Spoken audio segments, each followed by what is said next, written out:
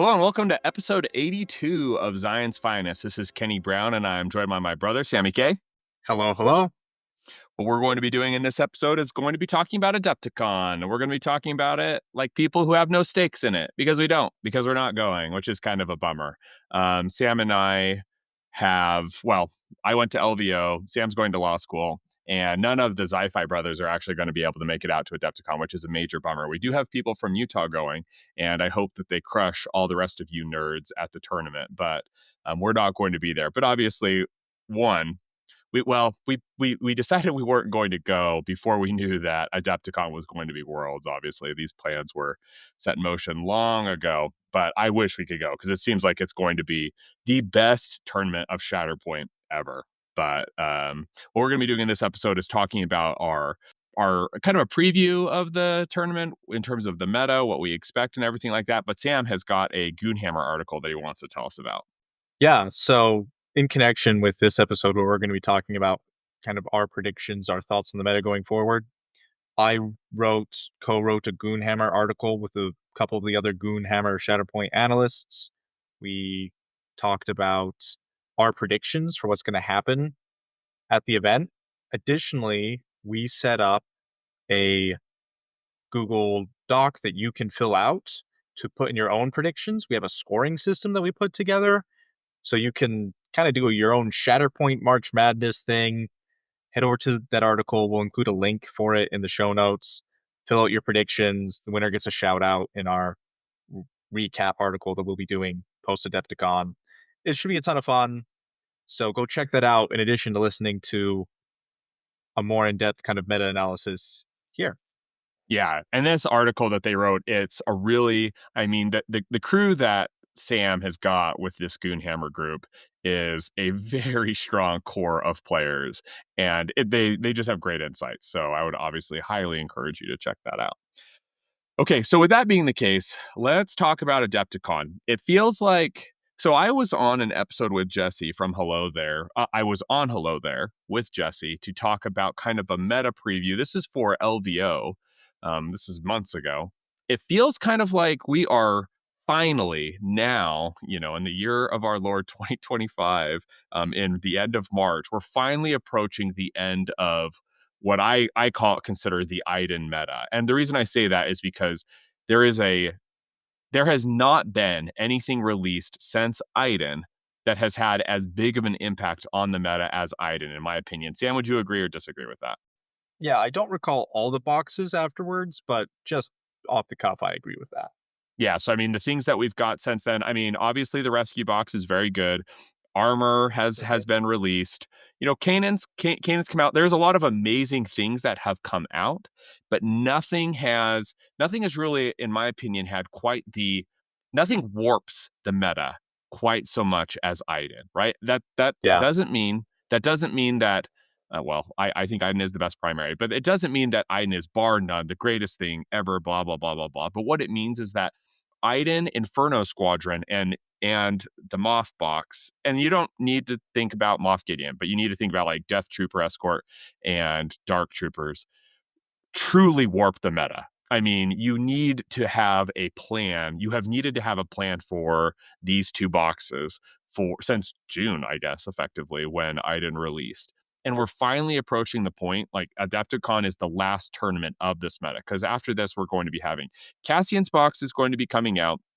That looks super spicy. There's a lot of Empire, not a lot, but we've got like the Krennic box is going to be coming out. We know that there is going to be a ton of content, like there's going to be a Cassian box, there's going to be that Delta Force box.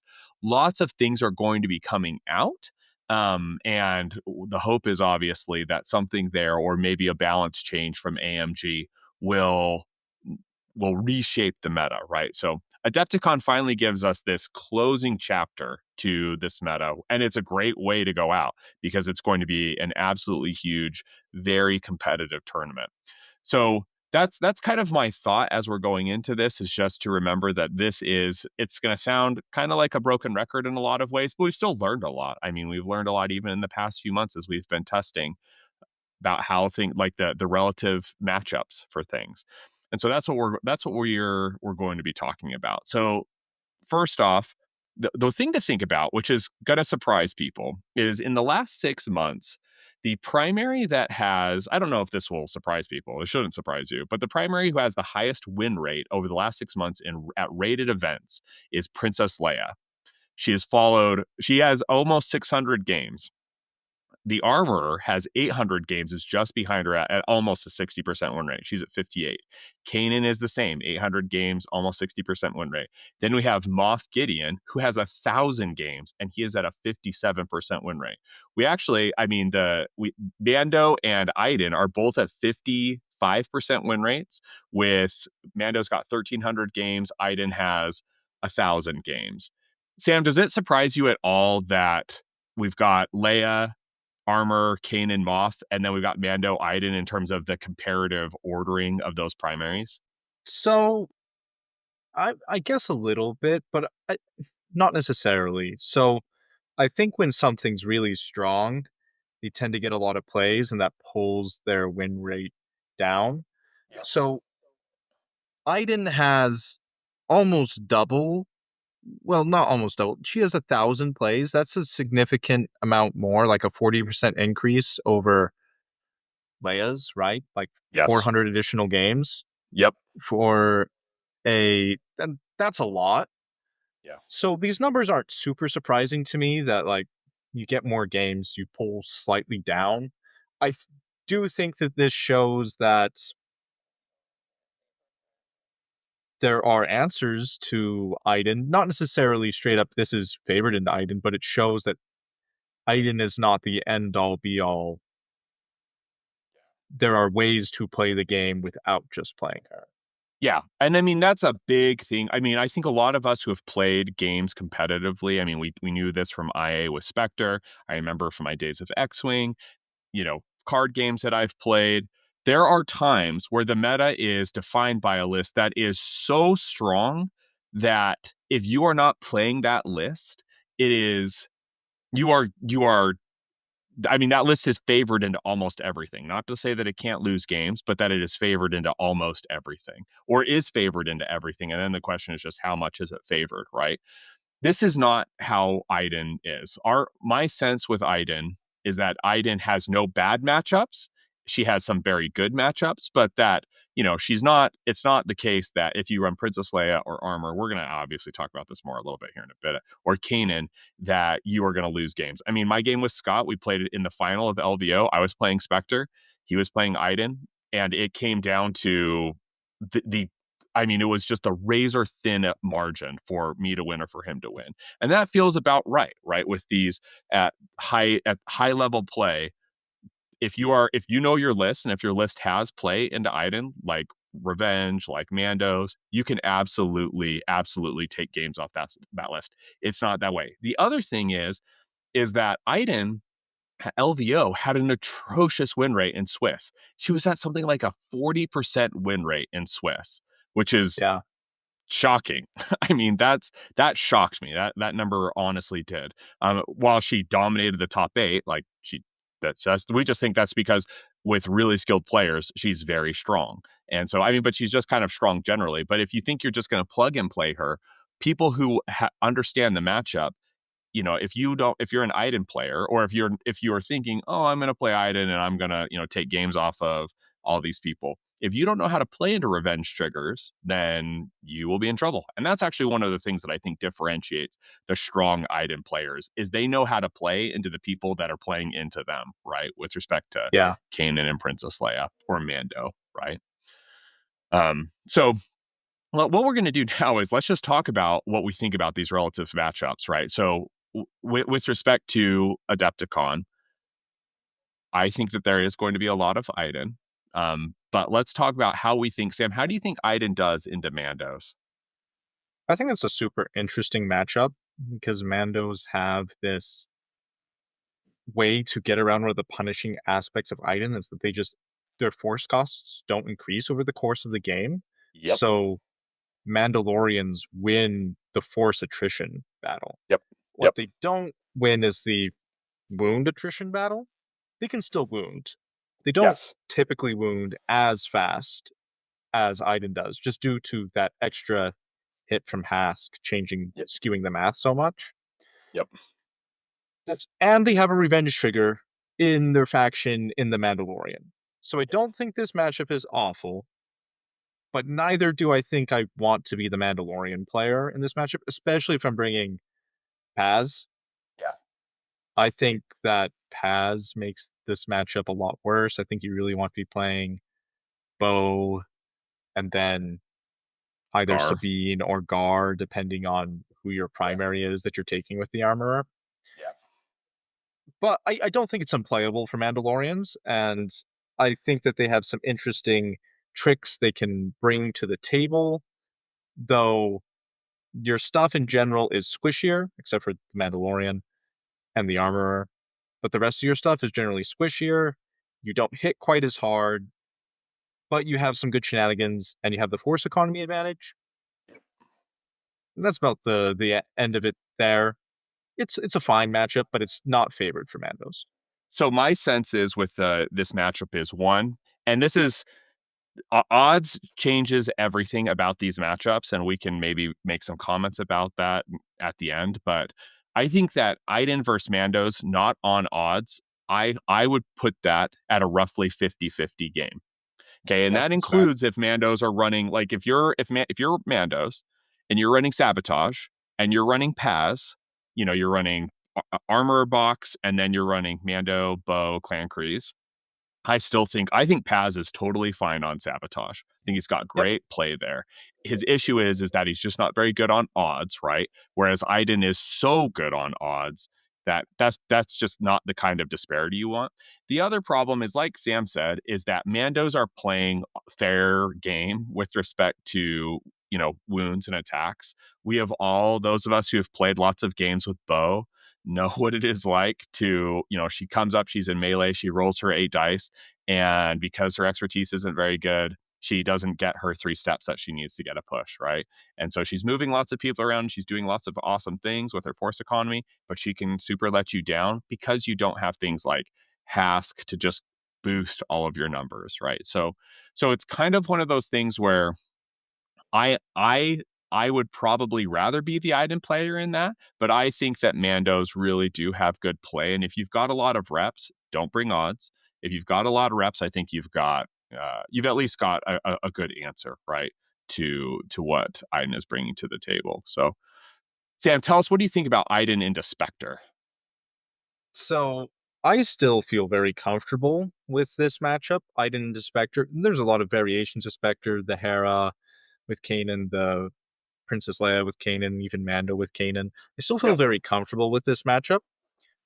I think, like a lot of other lists, it prefers not to be on odds against Iden. Odds just feels very, very good for Iden.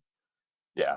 And Commandos can help mitigate that a bit, but I still think that that list prefers shifting or sabotage generally against Iden. I Great point. think, though, against the field, it likes odds. I still think that there's a lot of play for Spectre into Iden, and I think it's probably a lot in the same lines of Mandos, where you still feel like you're very much in the game. Like you don't feel like this is a such a huge disadvantage that you're completely out of it. But if you're on odds against Iden, the Iden player probably still has the advantage there, right? Yeah. The benefits that you have going for you here is you have decent healing with Hera, well, very, very good healing with Hera, or decent healing with Leia to kind of help get around those pesky pins. And Yep. your revenge trigger is quite good into them. But the most skilled Iden players have played against these revenge triggers a lot, and they kind of know how and when to wound people to mitigate the impact of those Exactly. wound triggers. Yep.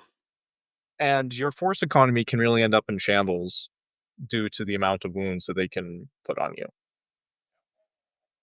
Yeah, my sense with this is that if you are running, I think that the best version of Spectre is Kanan Hera. I've thought about this so much, Yeah, and I do think that it's Kanan Hera with Callus and Ezra. But I think yeah, I think it is the best, but I think you could so easily sub in Princess Leia or Mando and then you could sub in Sabine for Callus, and it's totally fine. I mean, if that is what you're Yeah. comfortable with, I think it's totally fine. I think the issue is just what Sam has put his finger on, which is that Aiden has to play a very careful game against you in that Aiden has to know when to do revenge triggers. Yeah. You must play, as the Spectre player, a perfect game against Aiden because you have no margin for error with respect to your attacks, with respect to your callus rerolls, with respect to your shatter points, right? I mean, like, you are going to be playing such a harder game than the Aiden player is playing. In terms of thinking, like, do I need to shatter Hera? Do I need to shatter Kanan? Should I shatter Ezra? Right? Like, there are so many questions that you're going to be constantly having to ask yourself in a way that Yeah. it is a very tough game. Like, we have played that matchup a bunch, and I think it's mostly 50-50. Yeah. But it is a 50-50 if the Spectre player is not making mistakes, right? And the item player can afford to make a few mistakes, honestly, and that sounds kind of frustrating. But the only mistake that Aiden has to be really careful about is making sure, that she's timing her wounding when Kanan is not going to be able to do what Kanan wants to do. Otherwise, she's got tons of out of activation movement to respond to what you're doing. So that's just something to be aware of. Yeah, to that point, I think the mistake they can't afford to make is the wrong timing of that Kanan of the wound trigger, right? So they can afford to make mistakes, but not that mistake. If they make that mistake, the Kanan list feels great. And this particular list, the Kanan Hera list, is I think if I were going to Adepticon, I would be bringing this as one of my lists, partly because Yes. I'm not playing Aiden. I feel very Yeah. comfortable with this list, and I feel it's strong. I 100% agree. I absolutely agree. And I think so too. Like, if we should actually get to that at the end of the episode, but I would feel comfortable bringing this into most of the field. Okay, so let's now talk about. I'm calling this the good stuff list. I didn't into good stuff, and so this is what I am thinking of is Daimyo Matt's list is um kind of the test case for this, which is Princess Leia, Mando, Han and Chewie, Rangers, good stuff, right? So you've Yeah. got good revenge triggers, and there's a lot of things. So Daimyo has Dengar there, but you could run Ezra. There's lots of things that could be in that list. It's Hmm. more meant to be like, so Spectre is about combo swings and maximizing the value of Kanan. Good stuff is just kind of what the name represents. It's just value, right? You've got Yeah. high value activations, consistent activations. You have Han and Chewie typically in these lists, and Han and Chewie are some of the best supporting units in the game. Yeah. And so what do you think about that matchup? I think that this matchup is a really interesting one, and I think it's tuned really well around playing into Aiden. I think there's some things that make it really, really tricky for Aiden. I think Dengar is incredible into Aiden because of his immunity to pin Yes, so good. and his steadfast. So their characters with shoves don't have second shove to like 3. Some of them, well, except for Hask, but they have a hard time dealing with Dengar, and they have a hard time getting around your revenge triggers. I think if anything has a favorable matchup into Aiden, it is this. That said, I don't think it actually has a favorable matchup. I think it can be quite good into Aiden, though. Yes. I think so. I think the question with this list is, with these kind of lists, is I think how much can you do with Han and Chewie is kind of my thought, and Yeah. how easily are they being brought down? Because Han and Chewie, they have 10 health, but they have garbage expertise, and they are rolling 4 defense in range. And that just means, I mean, ISFs are going to wound them, right? Like, ISFs Yep. are going to wound them in one activation. Dark Troopers can even wound them in one activation. And that is, I mean, Aiden will very likely get her, 5 steps that she needs um, in burst fire in order to wound them. There's just a lot of, that's the issue, is that you do have all these revenge triggers, right? But the issue is that if once Han and Chewie get wounded, spending 2 force for each of those cool abilities, like Look Out He's Loose or Boring Conversation, becomes a much more tricky proposition. So if I'm thinking about the matchup, if I'm the good stuff player, my idea is I want to be very careful about where I put Han and Chewie with respect to the Iden scouts, and make sure that when they're going down, that they can maximize as much value from my revenge triggers as possible. So That's really the crux of this matchup, right? Is your supports are so crucial, and Yes. they will get wounded. Yep. And the whole push and pull of this matchup is item player need to figure out when to wound those supports, what when the revenge triggers don't matter. And as the good stuff player, you must make those revenge triggers matter when your supports inevitably go down. Because Rangers also go down like a, wet paper bag. I mean, there's just, you don't have Dark Troopers, right? And even ISFs, they have 8 health with good durability. I mean, they've got way better expertise than the Rangers, much harder. I mean, Rangers are so easy to bring down, as all Rebel players who've, got tons of reps with them. We know how this goes. That's not symmetrical, right? The Empire player is generally beefier than you. And so you've got to really think about how to maximize the value of those supports as they're going down, and your revenge triggers. So, but the great thing is you have 2 revenge triggers with a list like Princess Leia Mando, right? So, okay, well, this might kind of be a foregone conclusion, but Sam, what's your thoughts about Iden into the batch? I'd love to be the Iden player in this matchup. I think this is one of the Yeah, most skewed matchups in the game yeah. with two relatively top lists, is my take. Yeah, I think you're absolutely right. I mean, Iden, unfortunately, just she can climb over your. So if you're running Obi-Wan Hunter, the idea is you're trying to leverage your above average defense with these hunker tokens to be sticky on points and everything like that. And Iden just does not, she does not care. I mean, the ISFs are going to wound Teko. They are going to wound, they're going to wound ARF troopers, right? Like everybody is going to be able to be brought down pretty easily. And they just completely overpower you with respect to the reach. Like, Empire, it has so much explosive reach in the early stages of the game that the batch just does not have, right? The batch, you're reserving Obi, and that's the other thing, right? You're being punished for that reserve with Obi-Wan from Moff Gideon, and Hunter is tracking as, he's moving up the board, but even he is, he's durable, but even he is he's not going to live that long against Empire. It's unfortunate, but it is a very polarized matchup. And to be honest, I mean, we've played it, and I don't think we have ever seen. Matt has played the batch a bunch into Empire, and we've just never seen anything resembling success. So if you're running the batch, and the batch is very good as a list, but if you are against an Iden player, you really should not be opting into that matchup. You should think, what's your other list that you've brought in order to handle them? So, Yeah, if you're playing Full Republic, play your Jedi list in that matchup. yes, Uh, exactly. just don't bring batch. As you noted, Kenny, one of the batch's main strengths, especially in the Obi list, is they're resistant to shoves, and Iden just Yes. doesn't care about Yep. shoving people. She's like, yeah, she's like, I don't care if you can get back on that point. You're dead, right? So who Yeah. cares? Okay, so what do we think about Iden into non-Iden Empire? And the primaries I'm thinking of here are Vader 2, Thrawn, Moff, Moff running with one of those guys. What do you think about that, Sam? So I think that it's interesting, but I think the Iden list just has better math going on. That's my Yeah. main thing with Iden's math is better, I think, than basically anything in the game because of the Hask kit. It just really skews the math to your aggression. And so you really need to be trying to find eking out other advantages.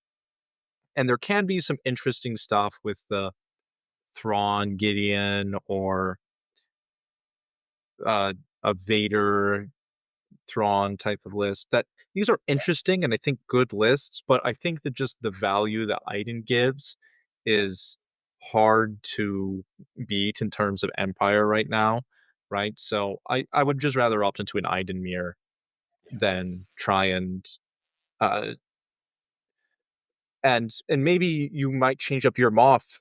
If you're playing Iden Moth and you're like, I think that something else is better than Moth, specifically into the mirror. I think there's some flexibility for that. I just don't think Iden is ever the part that you drop into Empire. Does that make sense? I totally get that. Although what's interesting is kind of like a side comment on that is, I think one of the reasons why it is tough for non-Iden lists to go into non-Iden Empire lists to go into Iden is that you are asking yourself, okay, so I'm not bringing Iden, I'm not bringing Hask, and I'm not bringing ISFs. I need to bring Dark Troopers, right? So now it's like, so what's my list, right? If I'm going to bring Moff, Death, Dark Troopers, and then Vader. What, right? Vader, like that's the thing. Like, you don't really have Dark Troopers are such an essential part of an Empire list, but you don't really have like another strong contender in terms of like Iden obviously pairs so well with that, right? Pairs so well, adds so much, but there's not really something similar going on there. Like you're like, okay, well, I'll bring Thrawn, Sergeant, and Fifth Brother is the idea, right? As your other list, and it's like, okay, I get that. That's cool to have a lot of tiebreak and everything like that, but you just now you don't have the durability or the body spread, and you're gonna get pinned and you're gonna die, and there's just like a lot of things that are going Yeah, on there. or you bring like Veers without ISF feels a lot worse because you can't do your Yes. combo play with Yep. Death Trooper escort. So really, heading into the Empire match, if you want to try and tech for it, tech with your non-item list. Yeah. Yeah, I'm with you. Okay, well, let's transition to Mandos and let's talk about Mandos into Spectre. This is another matchup that we've played a bunch that I think is pretty pretty close. I mean, not I don't Yeah, think it's pretty close. It is pretty close. What do you think about that matchup, Sam? I think this matchup is quite close. I think this matchup is quite interesting. I I think that this is a game where Mandos really have to play control because I think they Yep. get bit by the revenge triggers Yep. often worse than Empire does. And so they have to be very careful with that. Whereas they, in general, are just stickier than not more durable, but stickier because of Bo and Paz, who are sticky models, and you have Yep. Mandalorian and Armorer that can be hard to remove. So they're really relying on force pushes or triple shove from Callus, who can do that relatively easily. Yeah. And so they're relying on those types of displacement pieces. So I think this is a really interesting positional game where I think these games tend to be relatively low wound Yep. because Spectre doesn't have it. It has enough offense to get critical wounds when it needs, but isn't just steamrolling with offense. And Mandalorians have to play KG. Yep. So I think it's super interesting, just a super interesting matchup. This is where I think if you're Spectre, you want to be on odds. And if you're Mandos, you want to be on shifting. Though Spectre can play pretty well on shifting too with commandos. And Sabotage is probably a 50-50.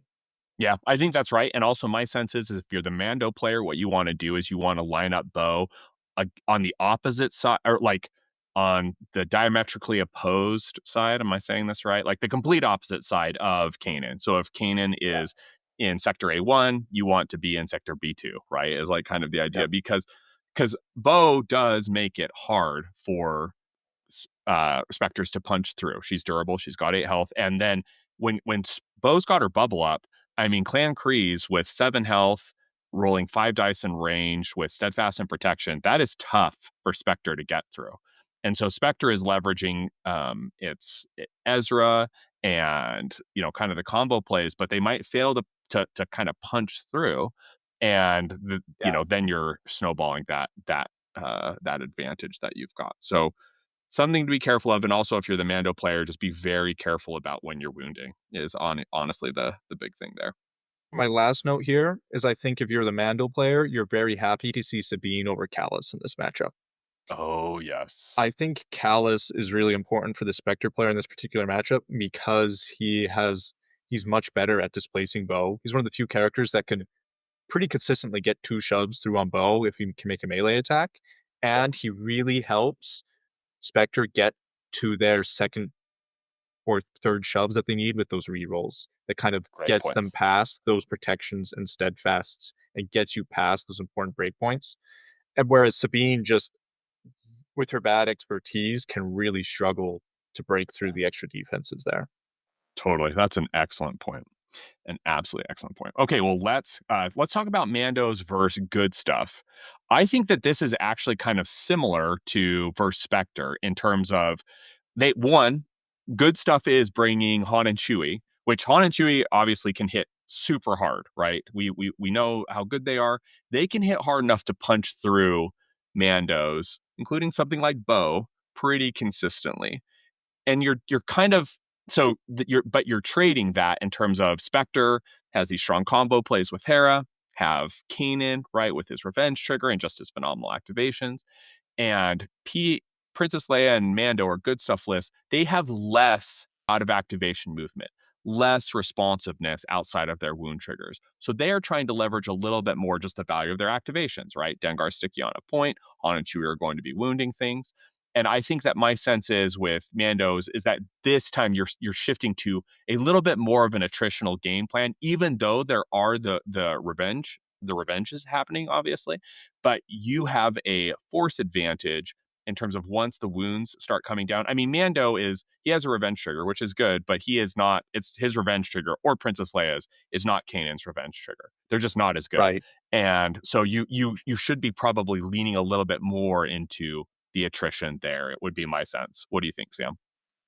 I think that's a really interesting observation. I haven't really tested this particular matchup much. What do you think about the Maul variant of the Mando list here? Do you feel like that is, if you're the Mando player, is that what you want to have into this matchup? I think so. Like Maul is so good into these lists that where you need to be able to swing multiple points without possibly wounding things, or you need to have like a Yeah. strong reach. I think Maul is phenomenal into anything that's not Empire, honestly. Yeah. With these specters, good stuff, Batch, which we're going to be talking about here in a second. I think that Maul is just a phenomenal figure. I don't know that my sense is as we have played. I mean, we have played this so much as we have played a lot of Mando's verse things. I love Armor Maul because then Maul can run with Gar and Clan Kreese, but I worry a lot about that in terms of your other list building choices that you have to make, like specifically if you're going to be running into Empire, right?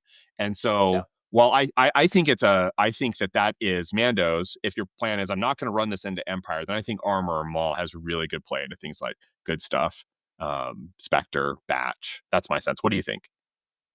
I think I agree with that. I think that Maul can just really pick apart kind of very these positional defensive forts that the good stuff list can make, right? With all the revenge triggers, with if they have a stickier unit that bounces back, they have a Dengar, they have a Boba Fett, kind of whoever. He can really pick that apart, pull people off, make these dive plays.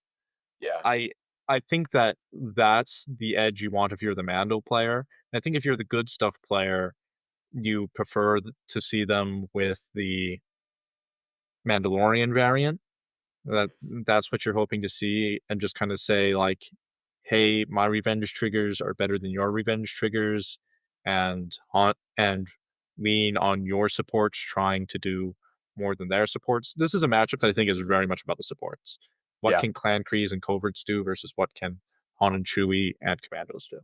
Yeah, that's such a great comparison because those are also, we have just identified four of the strongest supports in the game, right? Yeah, Coverts, in my opinion, besides, dollar for dollar, besides Dark Troopers, are the best support in the game. I mean, their expertise is unbelievably good. With the armor is, I guess, should be my caveat here. And I guess people say, well, ISS with Iden are better, and maybe okay, it doesn't matter. Coverts are extremely good. Clan Krees are yeah, also so good when they're not being punished for once they get wounded, right? Those shoves yeah, are so good.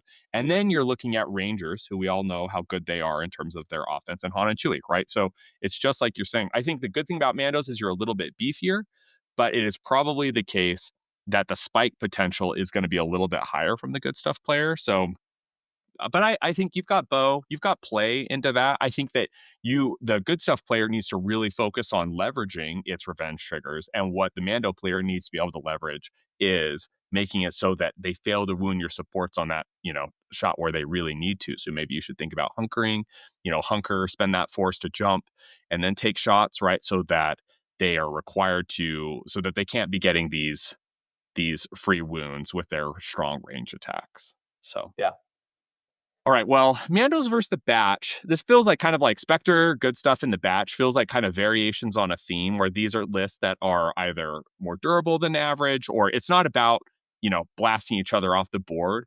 I actually think the Batch has very strong play into lists like Mandos that are not just yeah. blasting them off the board, right?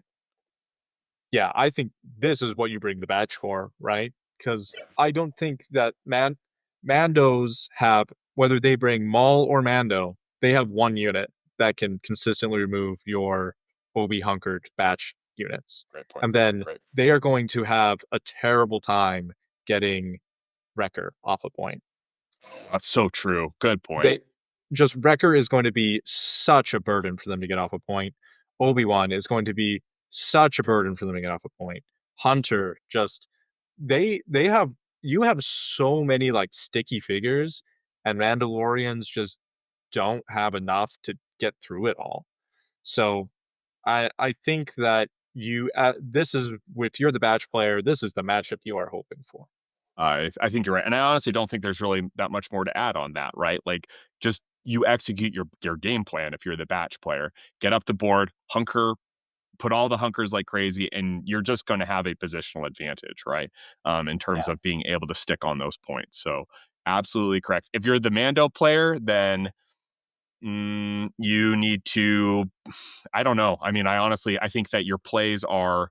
You need to be really thinking about trading as I mean, you just want to go full aggro as much as you can, right? You want to get damage on the board, you want to burn people down, but it is hard to do. But I think that the best advice I can give to you is that you want to really leverage armor to wound the supports, right? Get Yeah. those guys so that it's tough for them to get their hunker machine going on. And besides that, I mean, good luck, kid, right? This is also a matchup as Mando's where I think you want Paz. I don't think he makes it more Yes. favorable, but he's stickier. He can hit hard, and he gives you a bit of revenge, Yep. additional revenge. So I think that's a great point. An absolutely great point. Um, okay. Well, also, I mean, do we have any other thoughts in terms of Mandos into non-Iden Empire, right? Like, so Mandos into Thrawn, Moff Gideon. I've seen actually a lot of Empire players talk about Thrawn, Moff Gideon with things like Fifth Brother and Moff as ways to really break the asymmetry.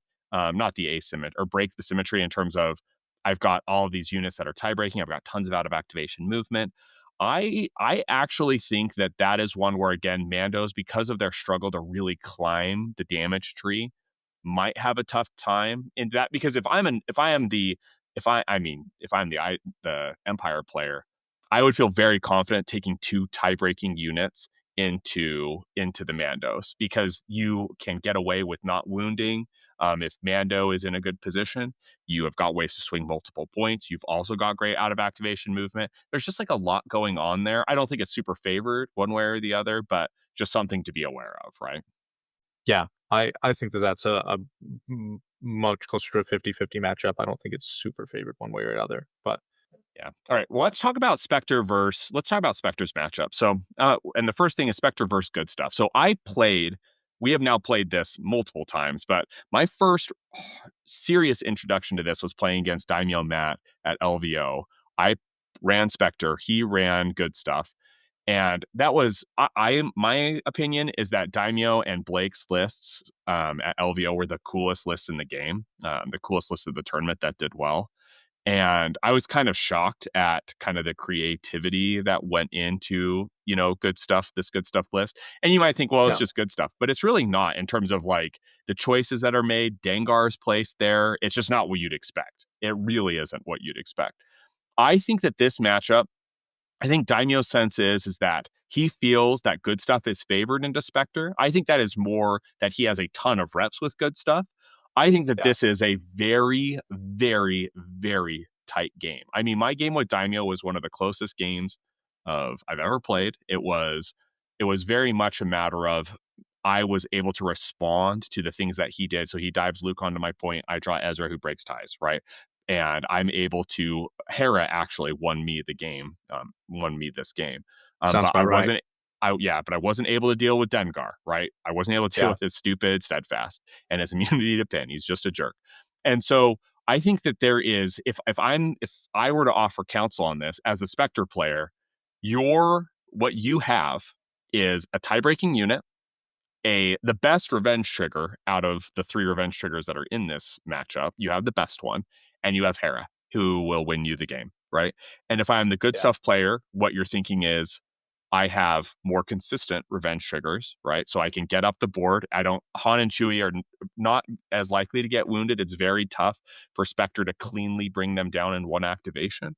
And so put them in position and let them kind of do their work. Wound Rangers as fast as possible. And that kind of goes both ways. What do you think, Sam? Yeah, I think this is a pretty tight matchup. I've played it a couple of times, Yep. and I don't feel disfavored really one way or another.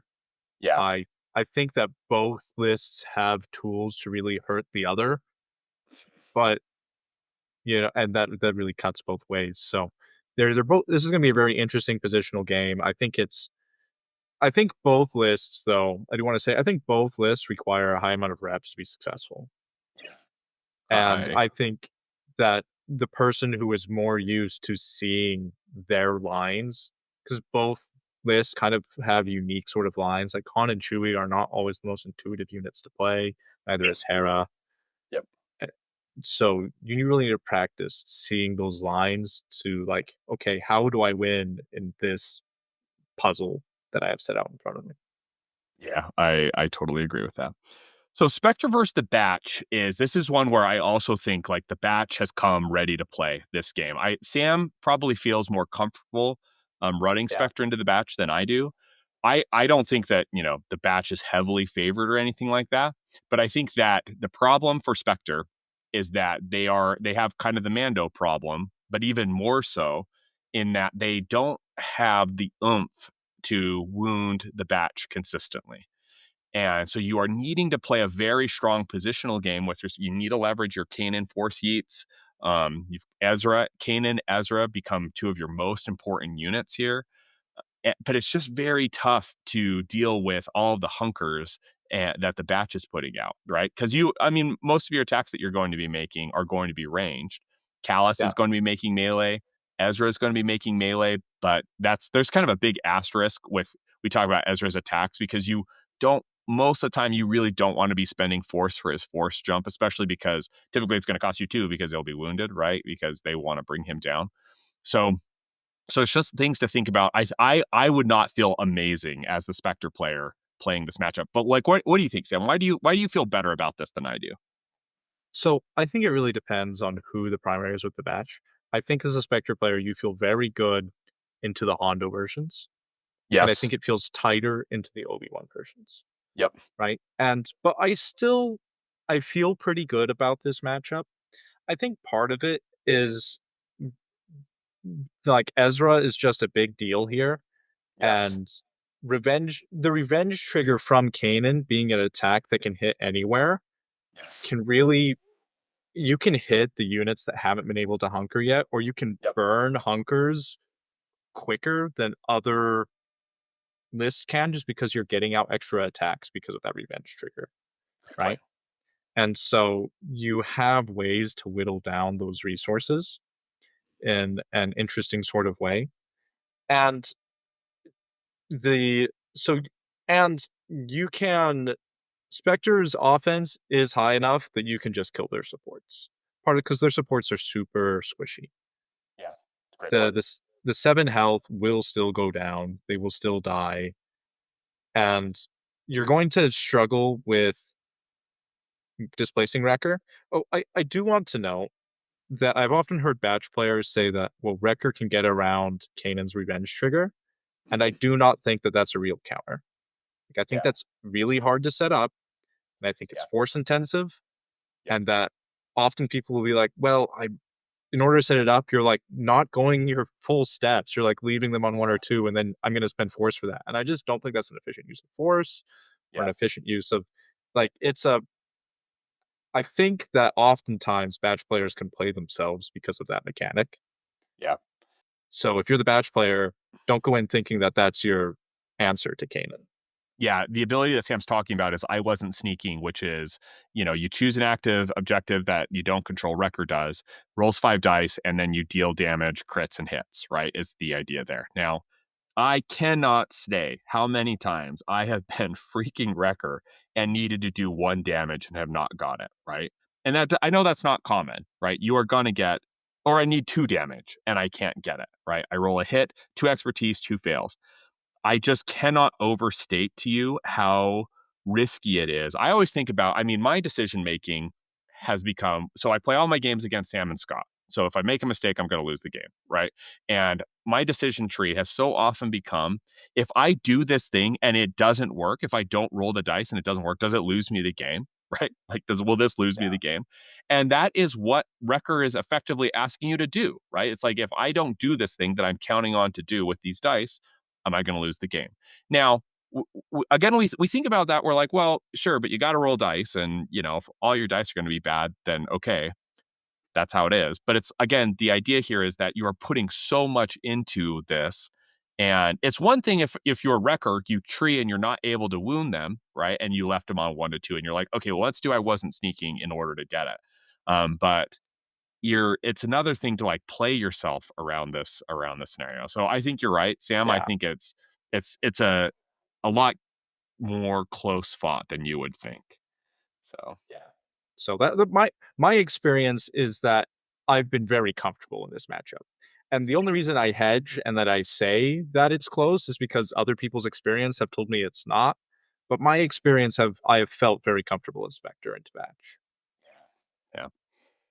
Okay. And then I mean, with Spectre into non-Iden Empire, again, you have Spectre as something that non-Iden Empire is not used to having, which Spectre has a typebreak unit, right? So that you have something that they can't just fifth brother or Moth away, right? Ezra is tough enough for them to deal with. I actually feel really good as the Spectre player here, because the combo play that is you have with Ezra and Hera when you are not running into Iden feels very, very good. Obviously, if you're playing into a list with Dark Troopers are just such a menace.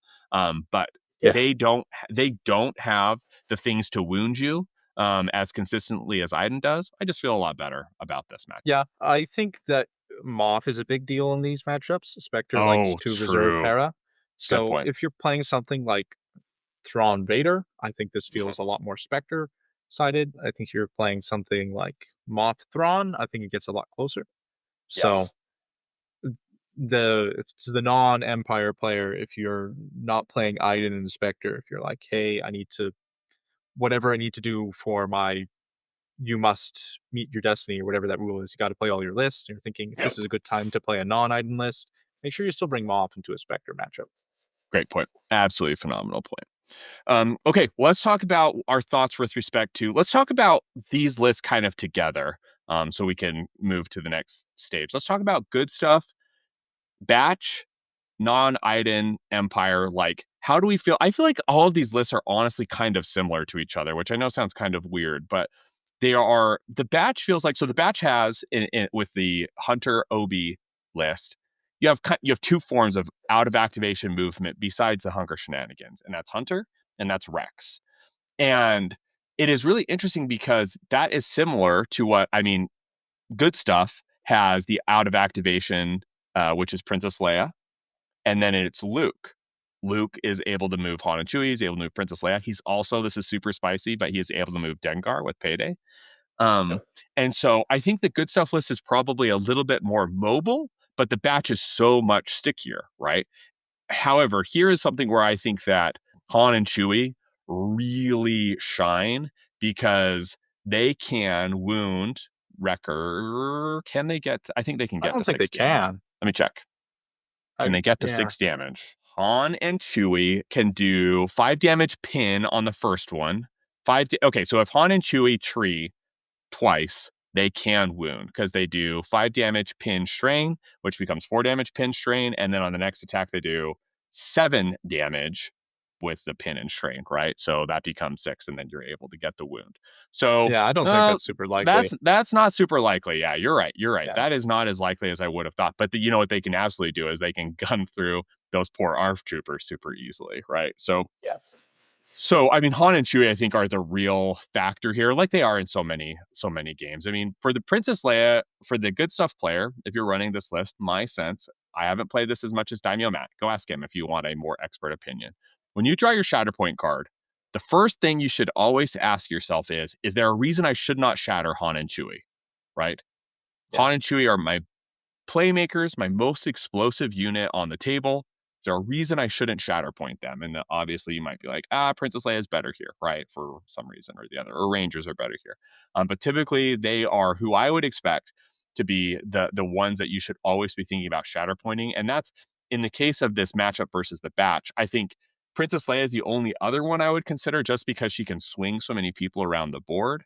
Otherwise, you should be thinking about Han and Chewie. And, you do not have the stickiness of the Batch with their hunkers, but you 100% have a damage advantage here, I would say.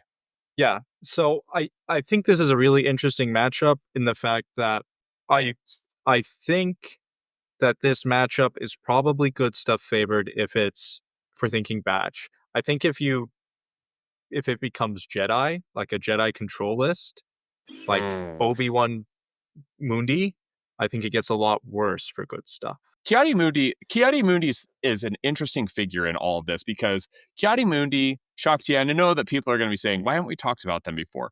Honestly, our sense is we've played with them and against them a bunch, but we just haven't seen Kiadi Mundi. We haven't seen a big event with him, right? We haven't Yep. he hasn't won anything, right? I think he's really good. I probably would have brought him to Adepticon if I was going. Really? I Uh, Yeah, I think I would have. I'm not sure who I would bring with him. Is the thing. yeah. There's a lot of different lists. I think the Obi list is really interesting. I think Plo is interesting. I think Vader is interesting. I think there's a lot of interesting things they can bring with him, and I think that it's very good into matchups like good stuff, or into batch, or even into like Spectre. Like you can pin force push people, and then it's like I don't care about Hera anymore, right? Great. If if That is a great point. if Ezra's forever away, he's not going to steal points from me. It, so I think there's some really interesting things there. I think Iden puts some pressure on stuff, but I think it hangs around with these other lists that we've talked about. Yeah, I think my sense with Kiadi Mundi is that so if you're running a list like Kiadi Mundi, Shock T, Arfs, Vader, Obi-2, and Patties, which I think is a very straightforward list. The issue there is that you have these two incredible activations in Kiadi Mundi and Shock T. They are, however, melee only, right? They hate to be pinned.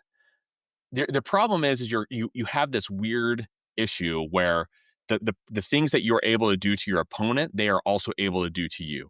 So if you can be pinned and pushed away, it is much worse for Kiadi Mundi to be launched into nowhere and pinned than it is for Kanan, right? To be launched into nowhere and pinned because Kanan has a range attack. He has ways to clear it, when his people are getting wounded. And so I think that Kiadi Mundi is a phenomenally good figure. I honestly do think he's a phenomenally good figure. I just think that he is playing kind of a similar game plan to he is like a mixture of Spectre and the Batch, kind of, and like the good stuff list where you've just got like these high value activations, especially if you're running Vader.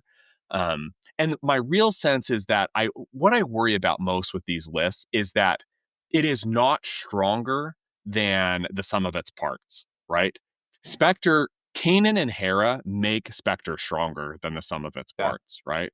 And what I worry about with these Kiadi lists is that it's not quite there. And that's probably just me being a hater, honestly. But that's just kind of my sense. What do you think, Sam?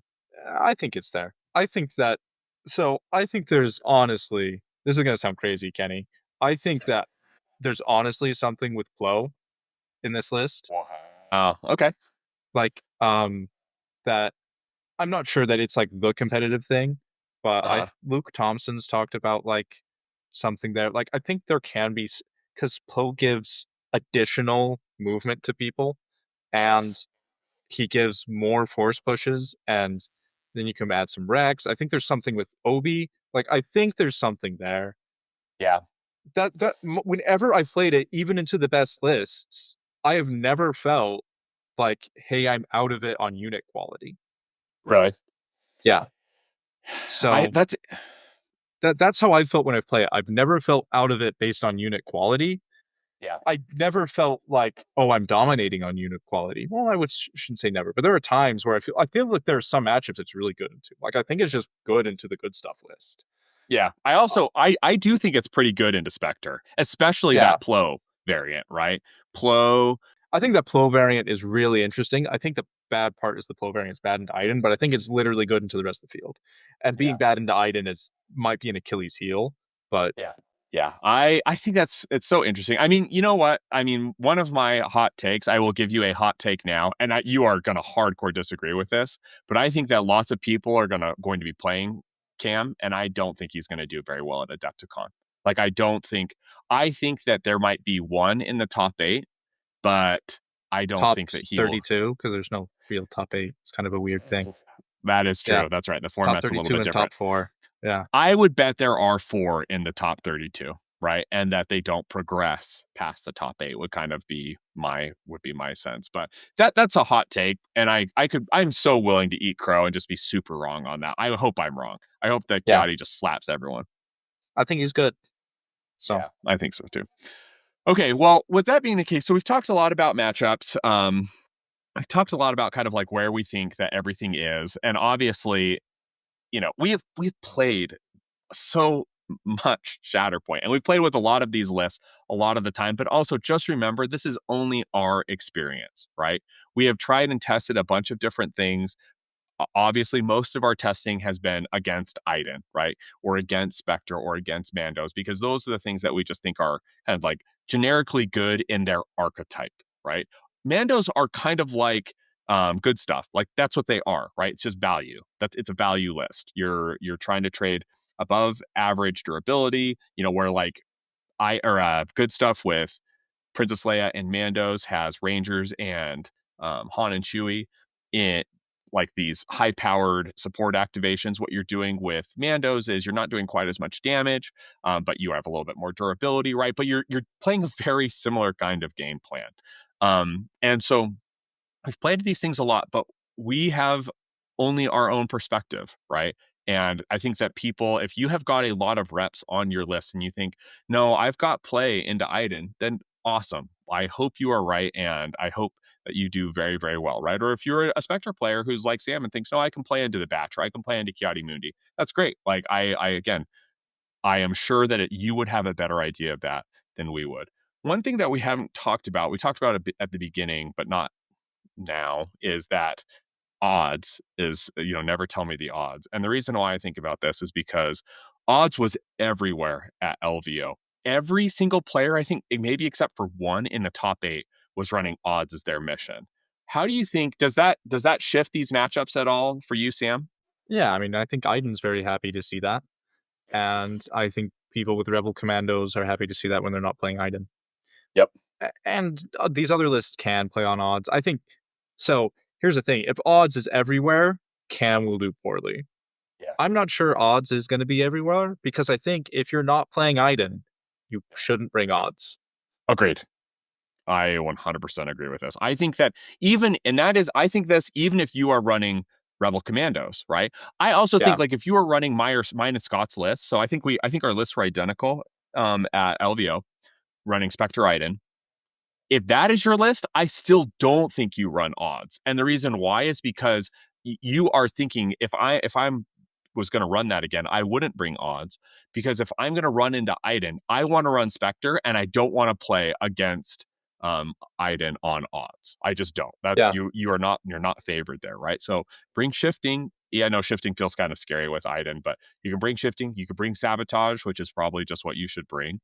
Because otherwise, like, there's just a lot of pressure that's going to be exerted. Although, a great thing is if you have, if you feel like you've got the play into Iden, if you bring odds, it makes Spectres match up against things like Mandos and the Batch, even good stuff. Not good stuff, actually. Scratch that. But like Mandos and the Batch, so much better, right? Because you are able to leverage your starting position. You can reach across the board. You've got Hera, right, for these combo plays that you need with odds in order to swing multiple points when the map is so huge. So maybe that's something else to consider there. yeah. It's really interesting deciding on what you want to bring. I like shifting as a mission for Spectre, really, unless you're playing Veer's Iden specifically. I think you Yes. can do fine against the other Iden lists. I think Veer's Iden specifically can make that slightly tough. But I think that there's a lot of different things to consider when bringing your mission. I think there's some that are like pretty cut and dry. Like if you're playing Batch or if you're playing Jedi, you bring sabotage, Yeah, totally. right? Because I they are going to be really good on those missions. If you're Yep. playing droids, bring shifting, right? Yep. And so there's some that feel cut and dry, but I think there's some places to catch people off guard with mission choice with certain lists that building a list you're going to say like hey I have an odd just because you have a really good odds mode it doesn't mean you need to bring odds if that's not your primary game plan. Yep. I think odds warps the meta in that you must have a plan for it even if Yeah. you don't bring it. Uh, Agreed. 100% agreed. We've talked about veers a lot, Sam, and we should just like make a short little caveat to note that what we're talking about, if you haven't seen this, I expect that certain players will be running this at Adepticon. So what happens Yeah, is veers, you have Iden box, you have Inferno, you position your ISFs up, then you have veers, Death Trooper, and Snow Troopers, I guess, or ISBs. And then what happens is veers puts Death Trooper into reserve at the start of the game and he gets a dash. Then the first activation, if they're on shifting, the Veer Emperor player will be going first, and will go with Death Trooper, use the ISFs to take 2 midline points, and then Death Trooper takes the other. It is a guaranteed way to take all 3 midline points on your first activation. And the idea is that what they want to do is they want to win struggle one fast. And we know that if you win struggle one on shifting, you are very fit. You've got like a 90%, upwards of, low 90% chance to win the game. That's the whole idea of the list. And you just rely on Iden to, keep you in the game. You win struggle one, keeps you in the game, and then you can win struggle three. So the play against that to remember is that you need to be able to respond to those ISFs getting up on the point. Ironically, things like not ironically, maybe, but like Grievous, phenomenally good at responding to this.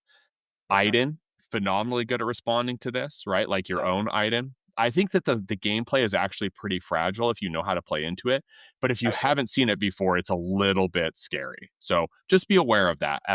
If you're thinking you're unlikely to run into it, but if you do, just know you've got to be able to quickly respond to what those ISFs are going to.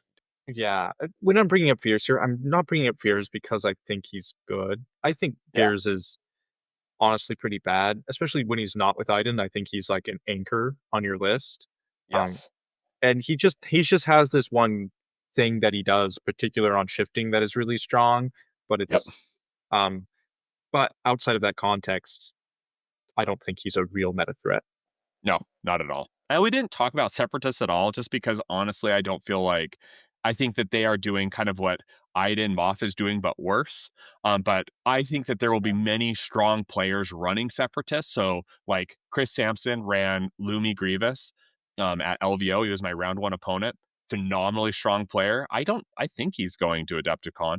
I would be super nervous playing against him with his Grievous Lumi list because I do think that that is probably the best separatist list currently. Maybe Maul instead of Lumi, but there's just so much value there. And I actually think it's got good play into Empire generally, although Iden can obviously just blow you off the table, as Yeah, she does. General Joseph, who I played at a local event here, he got second at PAX with that list. He's another phenomenal player. Yes. Who has played the Grievous Lumi list. To me that list is a dark horse list. My hot take, I think I had a hot take that we just I in the Goonhammer thing. I wanted to get Yeah. points and we needed to come up with a hot take, right? And that was Yeah. none of the leaders we saw in the finals of Adepticon will like make day two or something, which is separatists because it was Asajj Grievous, Talzin Dooku. So that was my hot take. I don't want that to happen. I want to see Grievous and Yeah. stuff, but Yeah. to me that seems like a dark horse list here. Dark Horse, but like it's got play, right? Yeah, And the great thing about Grievous is that so I've played Separatists into the batch a bunch, and I know the batch players are like, we can handle Separatists." Guys, I'm telling you that like if you're running Grievous, it is very tough for the batch yeah, to withstand. Just, I mean, it's like Iden, right? It's very similar to Iden in terms of he is just going to mow through people. So yeah, Dark Horse list, very good, but I hope Chris Sampson wins with it. That'd be amazing. Yeah, I'd love to see one of those droids guys. I mean, I took Grievous Maul to a GT myself, so Yeah, yeah. And you did pretty well at that GT, I heard. So, yeah. all right, Sam. What do you think? Prediction time. What will be the winning list? Oh, I want bragging rights if this actually happens. So I'm gonna say that a dark horse list wins and a cam list wins. Okay, that is a good prediction. My prediction is that Iden Moth plus good stuff is the winner. Right? Yeah, That's I think that's my prediction. I think that's a safer prediction, but I really want to be able to say if it happens You that said like something. I that I called was on it. the cutting edge. Yeah. That's So right. Okay, who will be the most played primary, Sam? I'm trying to recall who I put in that other article. I think the most played, I think it's gonna be Mando. Yeah, that's my choice as well. Absolutely my choice as well. What will be the highest win rate primary with over 20 games? With over 20 games, that changes the Yep. question up here. Yep. Highest win rate, more than 20 games. Gotta be played a lot. I'll go PLC. Dadgummit, that was my choice. Princess Leia is definitely my choice. My second choice is Armorer, though. Very, Yeah. very good, very stable units. So, okay, what's the biggest surprise in the top eight? Can be a hot take, but more just like, what do you think will most surprise people about the top eight? They're gonna see a cam list. They're gonna be like, what is this? And it's gonna be like, Cam's good, guys. Yeah. My sense of the biggest surprise, I think it will be the number of good stuff lists that make it into the top eight. I think that will be the thing that most surprises people.